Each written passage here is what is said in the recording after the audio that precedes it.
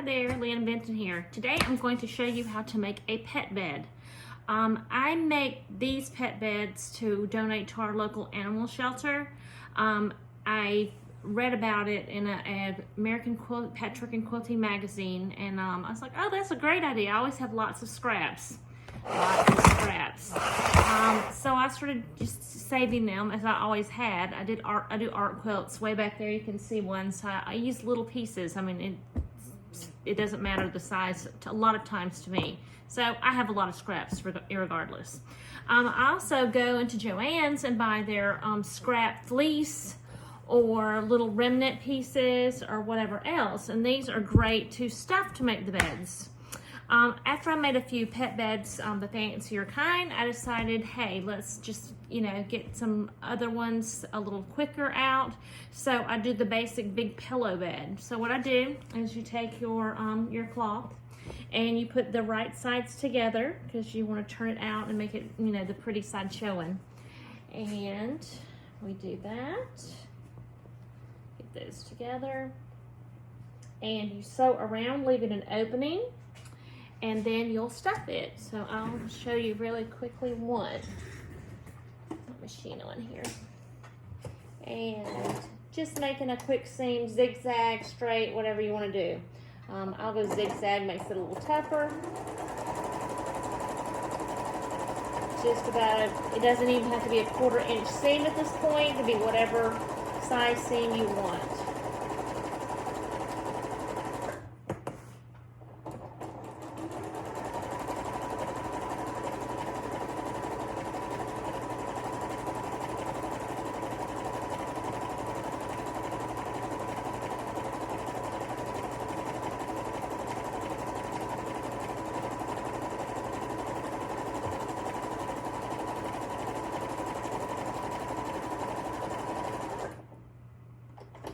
Just gonna turn it. Don't even have to take it off my little machine here.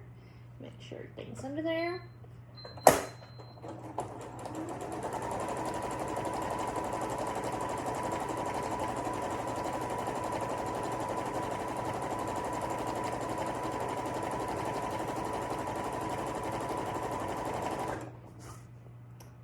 All kind of materials you can use for this one. This is a flannel.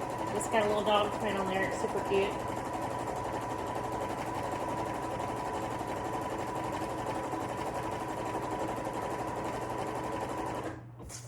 But when you think about it, the pets in the shelter, they don't have beds like our pets do, like your pet at your house. You buy a nice little bed for your pet. These are animals that, come and go, and they don't have that. So they need something too, not just sleeping on the hard concrete floor. I do leave an opening, however big you want to make it. You'll sew that down after you finish stuffing it. Okay. And there we go. Got our seam all done. So now you're going to take it and you're going to turn it. So let's make sure I've got all my ends. Going around through here, and voila. It's like a little bag.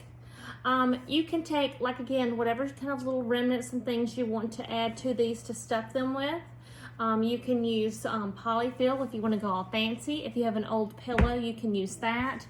Sometimes I take old t-shirts and things that aren't usable anymore, and I use those, but I do cut them up.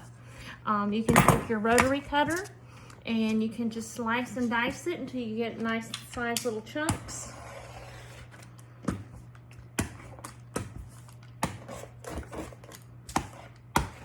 Okay, and you can use scissors, just chop, chop, chop.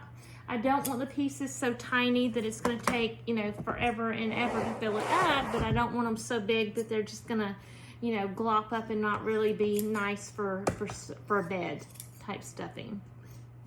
So just little pieces. It's pretty good. You're going to take them and then you're just going to fill up the bed. Again, you don't want it all. It's going to have to be moved around a little bit. These aren't perfect. These are donated beds, and you're just going to stuff that in there. And when I went to take these to the shelter, I've done it a few times. I scrap stuff and I try to, you know, these are so small that I don't really even use them for my art quilts. So I use as much as I can for as long as I can, and then they still have a purpose even after that. So after I get everything all stuffed up, that's a really long little remnant there. Then you would take and do a seam across, folding it like a little envelope or however you want to do it, and you just sew it closed. And as they need to be adjusted, you'll just kind of fluff them around, and they'll be very appreciative. They always have every time I take some. And the lady even mentioned I wanted to make sure that I'm giving them something usable, and I said, well, is there any specific size that you need? And she's like, no, but we do need them for cats too. And I was like, oh my gosh, I didn't even think of that. So yep, you can even use them for kitty cats. So you just take your seam now and you'll just fold it over. You can fold it over a couple times however you want to and close it up. And you have a little pillow at the end that'll be perfect for a pet bed. You can also use things like fleece and make a little one for smaller animals. I can use this big piece and cut it in half and make, smaller sizes for smaller animals. I have lots of different remnants and colors and things like that I am excited to be able to use. Here's a really big piece. I'm gonna fold this one in half. And you can even use some really big ones because there are big dogs that, also need beds. You just kind of whatever, you feel led to provide. So anyway, hope this inspires somebody of things you can do for scraps and things you can do to, help out animals in need in your community. Thanks. I'll see you next time. Bye.